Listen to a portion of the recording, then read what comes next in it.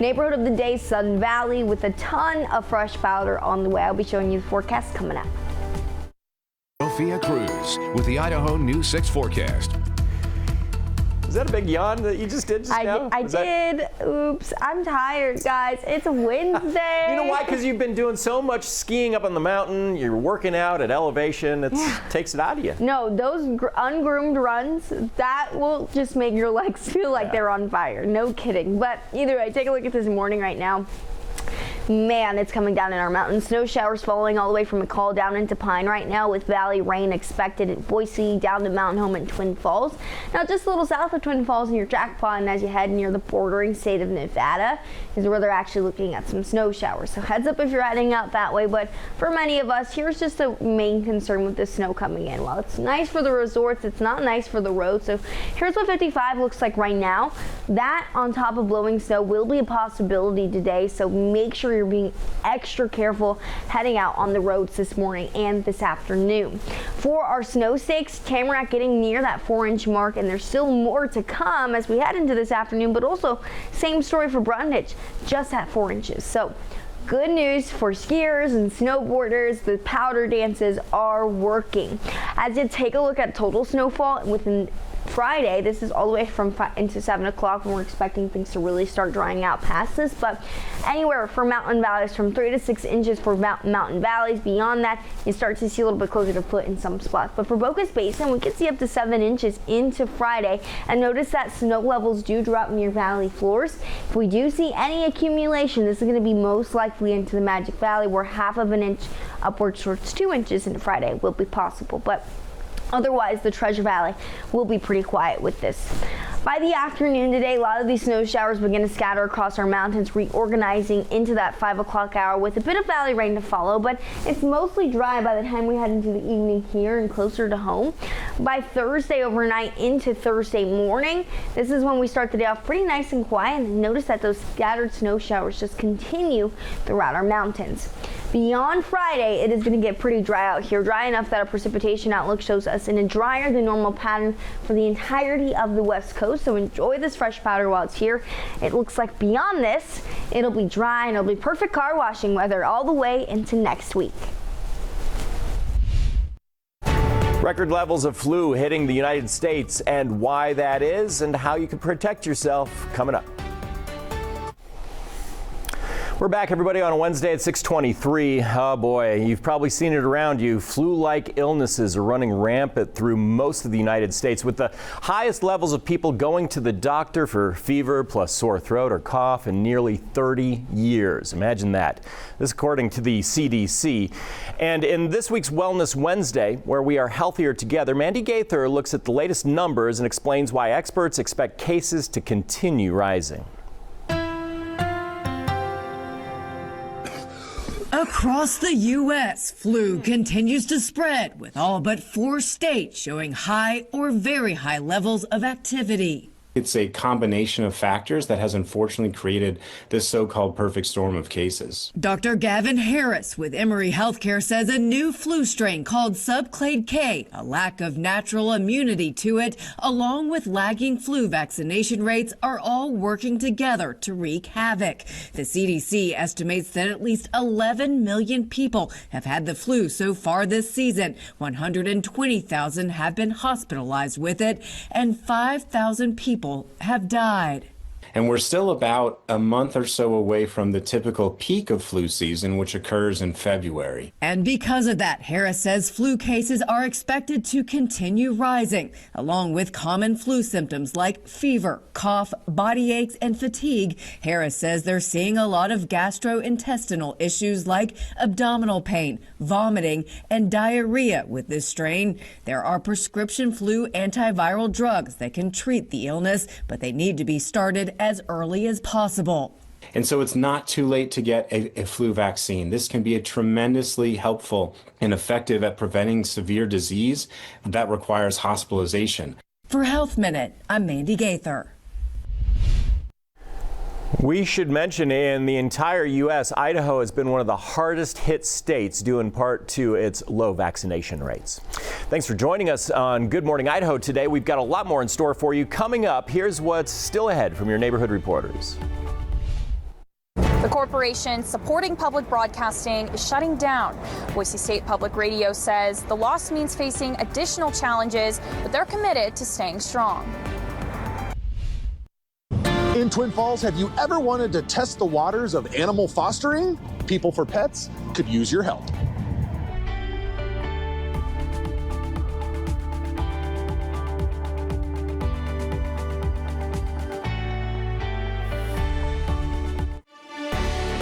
Connecting neighborhoods across the Treasure and Magic Valleys, telling stories from within our communities. This is Good Morning Idaho. Good morning, Idaho. Welcome to our last half hour on a Wednesday. I'm senior reporter Roland Barris. Great to have you along, everyone. A little bit soggy out again to start our day, but it's not going to be too bad. We'll get to that in a moment. Also, we've got a lot to get to from our team of neighborhood reporters like our Greenlee Clark, breaking down the local impacts of the Corporation for Public Broadcasting closing its doors due to lack of federal funding, and how local public media is staying alive amid the cuts. Plus, the Trump administration freezing billions in federal child care funding amid allegations of fraud, despite investigations so far showing otherwise. And state leaders look to make a similar move here in Idaho. More on all that to come in this half hour. But first, let's get the latest on the weather as you get ready to head out the door. It doesn't look like this when you go out the door, but it is nice to see on the mountains. Yeah, so if you were waking up early this morning, maybe thinking about using that PTO, today, not a bad day, guys. Take a look at Bogus Basin right now. I feel like we haven't seen this camera full of snow in forever. And just to show you, at the summit, 24, so it is going to be a very cold day up here tomorrow. Another 4 to 7 inches possible through Friday, 2 to 4. So fresh powder coming to town. By the weekend and into next, we'll see a drier pattern return with mid 40s. So enjoy the fresh powder we have at the moment. Your commute, though, up to your mountains may make you feel a little trepidatious, and if it does, just slow down. Blowing snow will be a concern in your commute today along your east and west central mountains. For our valley floors, all just coming in as a form of rain. So rainy for our valley floors, snowy for the mountains. Looks to be also a little bit drier here throughout our afternoon, which is good news for everyone staying in the Treasure Valley. Get a little bit of both. All right, thanks, Sophia. Appreciate it. We turn now to the news and the unfortunate news for local public media, with the Corporation for Public Broadcasting voting to dissolve itself. Our Greenlee Clark has the story this morning and shares how public support is critical right now. Boise State Public Radio has served Idaho for nearly 50 years. Now they continue to face challenges as the national agency cut their federal funding on Monday. I'm your neighborhood reporter, Greenlee Clark, learning how local public media is working to secure its future.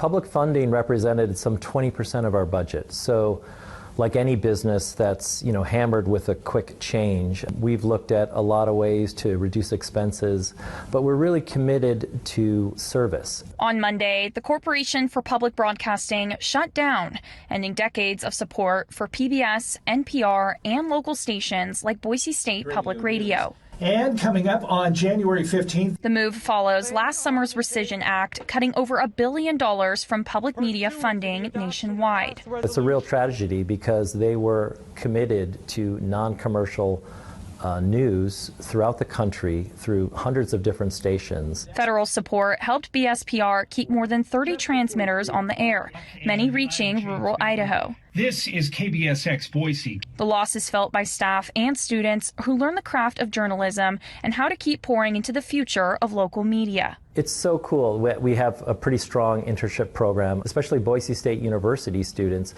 but also we attract students from other areas. So being part of an educational facility, it's important for us. Idaho Public Television says CPB funds total $2.2 million a year, supporting local programs and education. They're cutting costs, using retirements and fundraising to fill the gap. BSPR leaders say they're still focused on high-quality programs and local news, even if the future looks different. Boise State Public Radio was founded in 1977, so we're coming up on our 50 years. The next 50 are certainly going to look different than the last 50, but with this great community support that we have and individual membership donations, we're going to be strong. Boise State Public Radio says individual donations and memberships will be crucial to keeping their signal strong across Idaho. I'm your neighborhood reporter, Greenlee Clark, for Idaho News 6. Growing questions around U.S.-Venezuela relations as lawmakers debate how the U.S. should move forward. President Trump has insisted the U.S. will run the oil-rich South American country, but it's unclear how that will happen.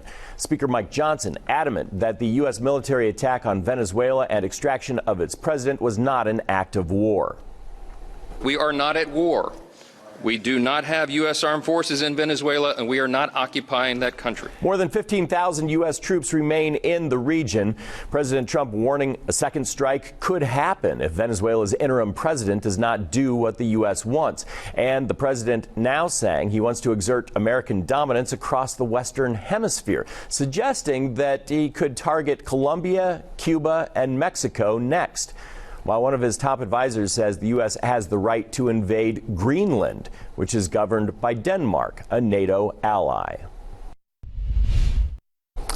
The Trump administration freezing billions of dollars in money for child care and other social services in 5 Democrat-led states. Officials saying the freeze is due to concerns that benefits were fraudulently funneled to non-citizens.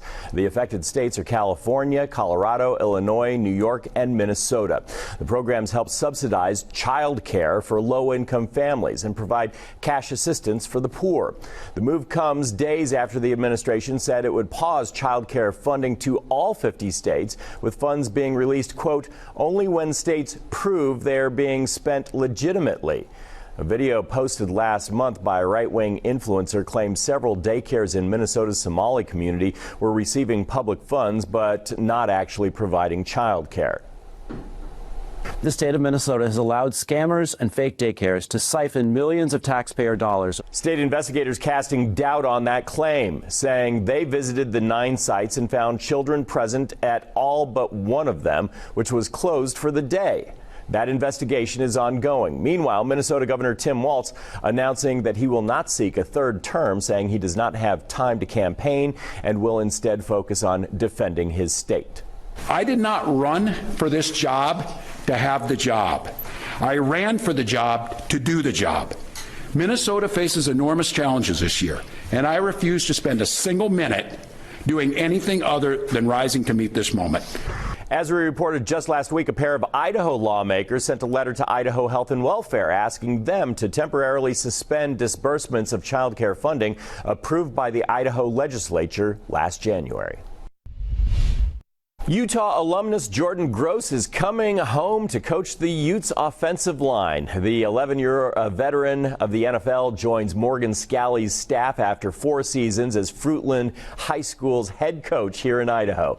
Gross played his entire pro career with the Carolina Panthers after being drafted 8th overall in 2003. At Utah, Gross became the program's first Outland Trophy finalist and first consensus All-American offensive lineman.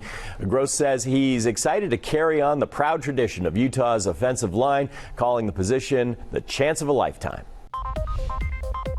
Have you ever felt the need to foster a shelter dog but have never fully gone through with it? Well, it's your time to shine because the Twin Falls People for Pets Animal Shelter needs your help. I'm your Twin Falls neighborhood reporter, Joey Martin, and starting next week, the dog kennels are getting some much needed TLC. But the residents inside need a place to crash until those upgrades are complete. With an average number of 50 dogs on any given day of the year, the floor of the Twin Falls People for Pets Animal Shelter has become a health concern for our 4-legged friends. They can absorb and retain disease. Epoxy floors are only good for disease control if they're unbroken. And you can see almost all the kennels are in various states of disrepair in terms of a sealed covering. Thanks to $26,000 in city funds, the shelter is getting a brand new sealed epoxy floor. But the new floor comes with a challenge: what to do with the current kennel residents during construction. Before this happens, we're hoping to find homes. If not, there are some that are said to be transferred to other humane societies, at least temporarily.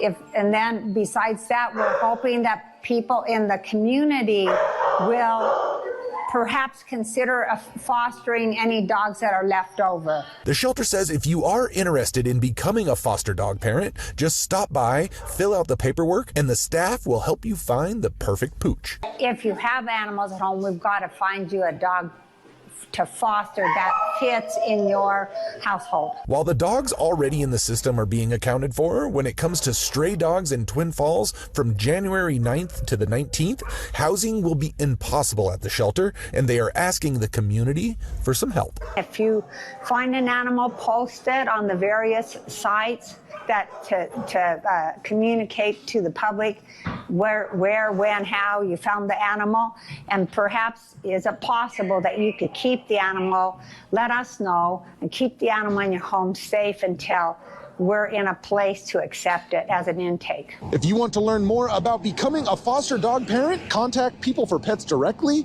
over the phone. Reporting in Twin Falls, I'm your neighborhood reporter, Joey Martin, Idaho News 6. All right, 6:38 on this Wednesday. Let's take a look at what's happening in your neighborhood today. The Steelies are back on the ice tonight, taking on the Greensboro Gargoyles. The Steelheads have fallen a bit in the standings, now third in conference and seventh in the league after tying their series with the Rapid City Rush. The puck drops at 7:10 tonight at Idaho Central Arena. Check out some hockey. And right across the street, the Boise State men's basketball team taking on the Grand Canyon Antelopes. The Broncos coming off a tough overtime loss to San Diego State this past Saturday, looking to bounce back. Tip-off set for 9 o'clock tonight at Extra Mile Arena. And we're in the last couple of weeks of opportunities to ice skate at the Village at Meridian. They're open from 3 to 9 on weekdays with extended hours on Saturday and noon to 6 on Sundays. Just remember to book your 30-minute session in advance. In Weiser, Y Hospital staff are celebrating a donation that brings them one step closer to bringing a safe haven baby box for neighbors in need. This Washington County neighborhood is officially one step closer to offering a safe haven baby box here at Weiser Memorial Hospital. I'm our neighborhood reporter, Leslie Solis, and while I was gathering elements for this story, the CEO just learned they received a donation that fulfills their funding needs to make this project possible. We just had a donor fund everything else. It's a moment Weiser Memorial Hospital CEO Bo McNeff says he won't forget. They're going to cry. Yeah. Which is going to make my day.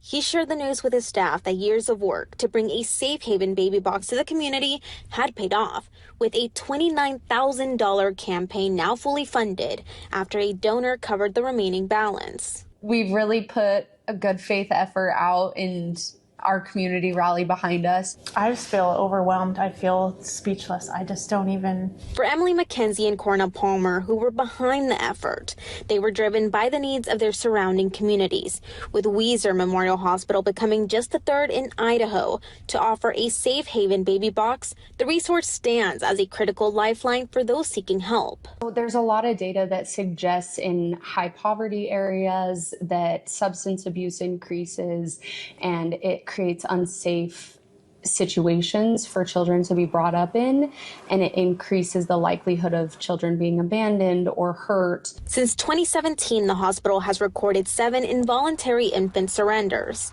In 2023, there was 1 voluntary surrender that reflects families in crisis trying to make a decision. The box would be an added resource to anonymously make that decision right at their hospital. It means everything for the hospital, but most importantly, it means everything for the baby and for the future the baby has, for the life the baby will live. We want folks to have that resource, and we're stepping up to provide it. Now that the campaign is completed, hospital officials tell me their goal is to have the box installed and available for neighbors in need as soon as possible. We'll keep you updated as we learn more. I'm our neighborhood reporter, Leslie Solis, Idaho News 6. Coming up at 8:30 this morning, a hearing for the Nampa mother facing felony charges in connection with the death of her newborn baby. You can watch that on our website, idahonews6.com. Neighborhood of the day, Sun Valley, 30s and on and off snow showers for the day ahead. I'll give you a timeline coming up. Athletic Club Boise is one step closer to opening day and fielding their team. I'm your neighborhood reporter, Keith Burrell, at the home of AC Boise, and I was at the press conference where they introduced their first player.